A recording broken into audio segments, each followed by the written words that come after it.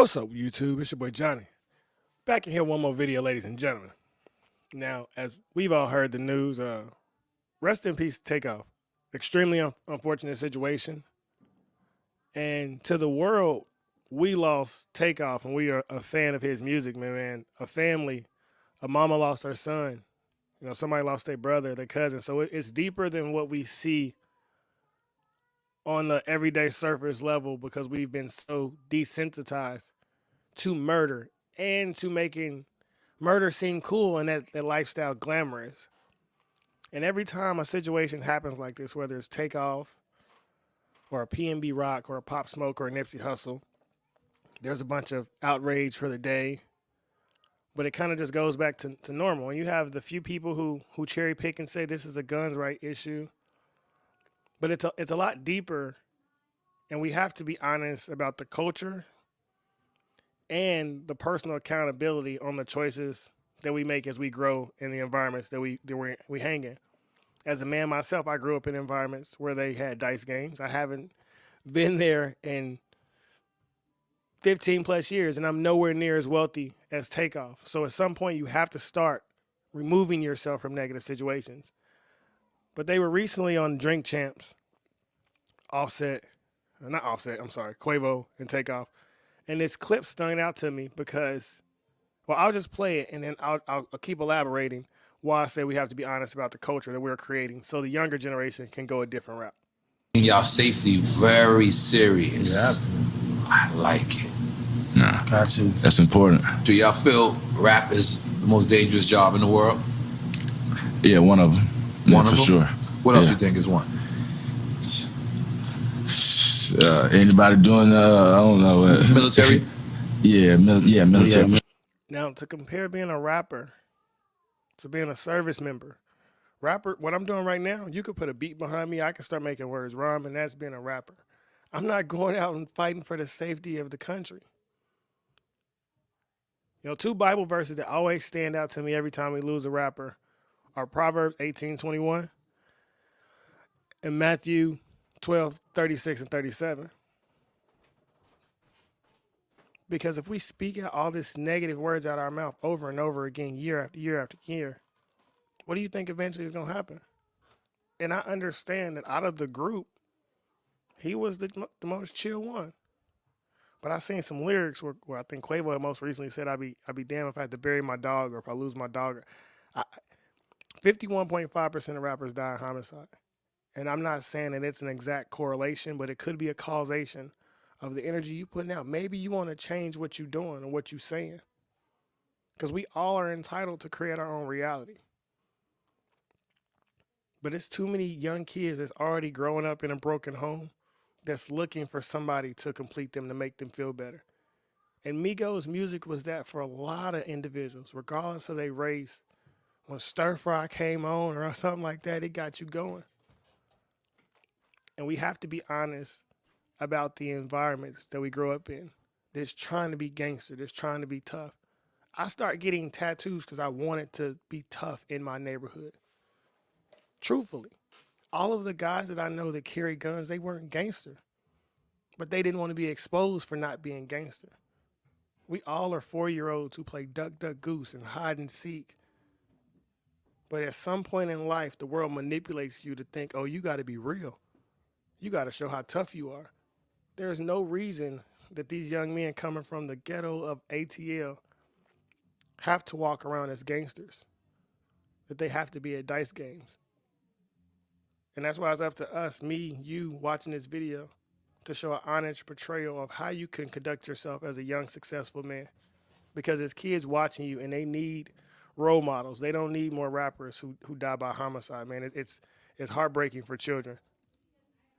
Sure. Yeah. They they putting their life on the line for sure. They don't know if they're going to make it home. Right. That's one of the, That's true, but you know what's crazy? Even with the military, not to take anything from them because I don't want to do that, but at least you know how your enemy looks. Like when you're a rapper, somebody can hate you and not even tell you. Somebody could be around you and envy you, taking y'all safety. And hearing that is like, we got to be honest.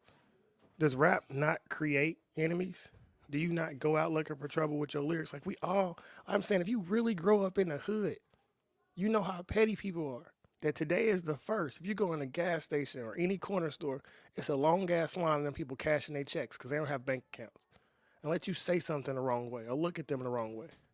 Watch how quick they pop off. My daddy that same way. So you got to be careful how you conduct yourself in urban environments. My daddy didn't fault somebody and went to jail because they didn't give him change for a $20 bill. It's petty in urban environments, I promise. And if these young boys who done made millions and millions of dollars, I know grown men right now who don't have anything to live for, and pulling the trigger would be their badge of honor. So you can't tell me that these rich men don't know that. So when you walking around with these chains on, with these rings on, what type of energy are you inviting into your life? We have to take accountability on what we're doing and where we're going. Because I ain't been to a club in 10 plus years. I ain't tried to go shoot dice. I haven't been to a dog fight. All of those things in those environments that I grew up in, I separated myself from. And if you snapped your fingers right now and gave me the money that Migos had, I'm still not going back to prove what? Like, I always try to look at life from an external perspective. Like if I didn't live in America and I just saw the news, what would I think of Black America? They could have the money, the wealth, the fame, and they still conduct themselves like animals. Dying over dice games, PNB Rock getting shot at Waffle House, Nipsey getting shot in front of his own establishment. We can't keep saying the white supremacy and the world doesn't respect us when we are showing the world we don't respect ourselves. Because the image you portray to the world, it's really there. So the same media that shows the Black Lives Matter rallies is the same media that's showing another rapper dead laying in a pool of blood. What do you want? And what do you want to show to the world?